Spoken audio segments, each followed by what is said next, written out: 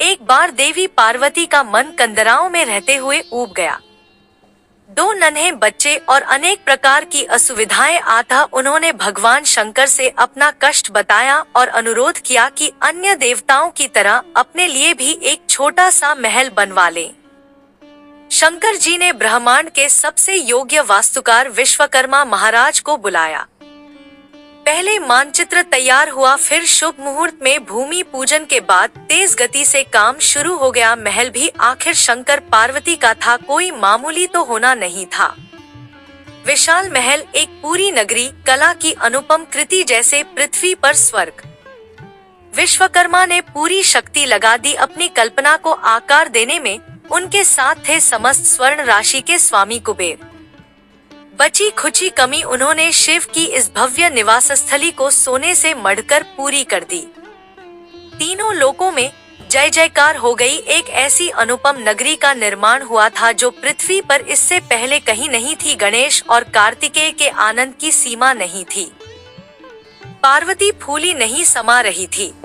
बस एक ही चिंता थी कि इस अपूर्व महल में गृह प्रवेश की पूजा का काम किसे सौंपा जाए। वह ब्राह्मण भी तो उसी स्तर का होना चाहिए जिस स्तर का महल। बहुत सोच विचार कर भगवान शंकर ने नाम सुझाया महर्षि विश्रवा।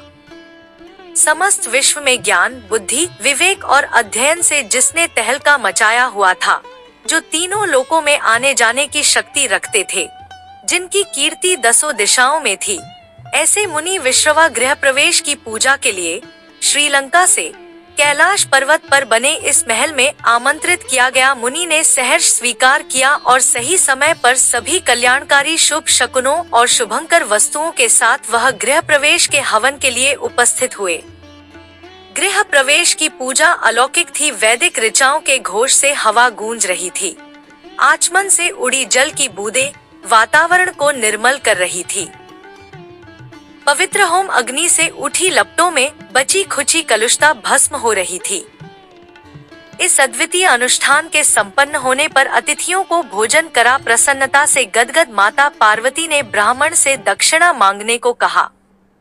आप मेरी ही नहीं, समस्त विश्व की माता है माँ गौरा, आपसे दक्षिणा कैसी? ऋषि विश्रवा ने विनम्रता की प्रतिमूर्ति बन कहा। नहीं विप्रवर, दक्षिणा के बिना तो कोई अनुष्ठान पूर्ण नहीं होता और आपके आने से तो समस्त उत्सव की शोभा ही अनिर्वचनीय हो उठी है। आप अपनी इच्छा से कुछ भी मांग लें, भगवान शिव आपको अवश्य प्रसन्न करेंगे। मैंने बिना मांगे ही बहुत कुछ पा लिया है, आपके दर्शन से बढ़कर और क्या चाहिए मुझे? विश्रवा ने भी विनम्रता से कहा। यह आपका बड़प्पन है, लेकिन अनुष्ठान की पूर्ति के लिए दक्षिणा आवश्यक है। संकोच होता है, देवी विश्रवा ने आंखें झुकाकर कहा। संकोच छोड़कर यज्ञ की पूर्ति के विषय में सोचे, विप्रवर, पार्वती ने कहा। विश्रवा ने कहा, यदि सचमुच आप मेरी पूजा से प्रसन्न तो आप यह सोने की नगरी मुझे दे दें। पार्वती जी भौचक्की रह गई, लेकिन पास ही शांति से बैठे भगवान शंकर ने अविचलित स्थिर वाणी में कहा, तथास्तु। भगवान शिव के अनुरोध पर विश्वकर्मा ने यह नगर कैलाश पर्वत से उठाकर श्रीलंका में स्थापित कर दिया।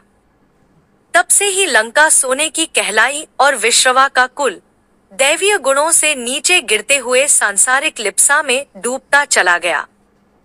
पार्वती के मन में फिर किसी महल की इच्छा का उदय नहीं हुआ। इस दान से इतना पुण्य एकत्रित हुआ कि उन्हें और उनकी संतान को कभी भी गुफा या कंदराओं में कोई कष्ट नहीं हुआ।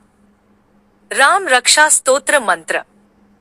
राम रामेति रामेति रमे रामे मनोरमे, सहस्त्रनाम ततुल्यम राम नाम वरान्ने। सदैव प्रसन्न रहिए, जो प्राप्त है पर्याप्त है।